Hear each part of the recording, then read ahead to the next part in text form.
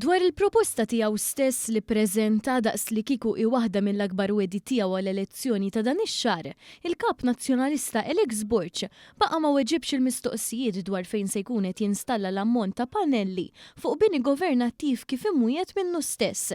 F'konferenza tal-aħbarijiet it-tlieta filgħodu fejn ġie mistoqsi mit-Times fejn se jkun qed ipoġġi dak l-ammont kbir ta' pannelli, Borch esklama biss li eventwalment ngħidulkom fejn qegħdin.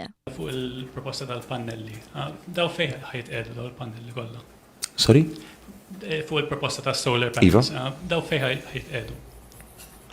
It is feasible illum għandna parkeċċi, għandna bini tal-gvern, għandna diversi artijiet oħrajn li qegħdin ħarsu lejhom li anke mbagħad eventwalment nurukom ukoll fejn qegħdin. Dubju fuq l-istess proposta wkoll tqajmu fl-istess jum mill-eks Prim Ministru Joseph Muscat. Id-dikjarazzjoni xotta ta' Borch tkompli ma' oħrajn li ma taw l-ebda tweġiba minnu fl-istess konferenza, inkluż meta mistoqsi dwar iċ-ċifri dubjużi li semmew fil-pjan tiegħu tal-enerġija.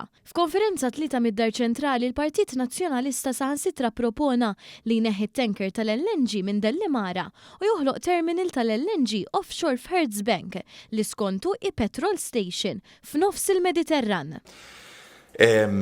Literalment, petrol station f'nofs il-ħajja tal-Mediterran. Minkejja dan din l-istess proposta riċiklata li kienet saret 12 sena ilu mid-deputat nazzjonalista Stanley Zammit, dak iż-żmien kunsillier f'Birżebbuġa. Sa dan it-tant ta' 8 jum konsekuttiv tal-kampanja elettorali, Alex Borch baqa' jaħrab il-mistoqsijiet tal-ġurnalisti ta' One. Din id-darba inġibet l-iskuża li l-kap nazzjonalista ma kienx qed jisma' kif il-ġurnalista tagħna staqsitu 3 mistoqsijiet u bilkemm wieġeb waħda. Dr. Borch għandi 3 mistoqsijiet għalik jekk ma jimpurtax. Grazzi, mistoqsija li miss. Semmejtu kif dan il-proġett. Ma rispondejx il-mistoqsijiet. L-ekonomija, Għandi se jkollu wkoll fuq ir-residenti ta' Dr. Borch.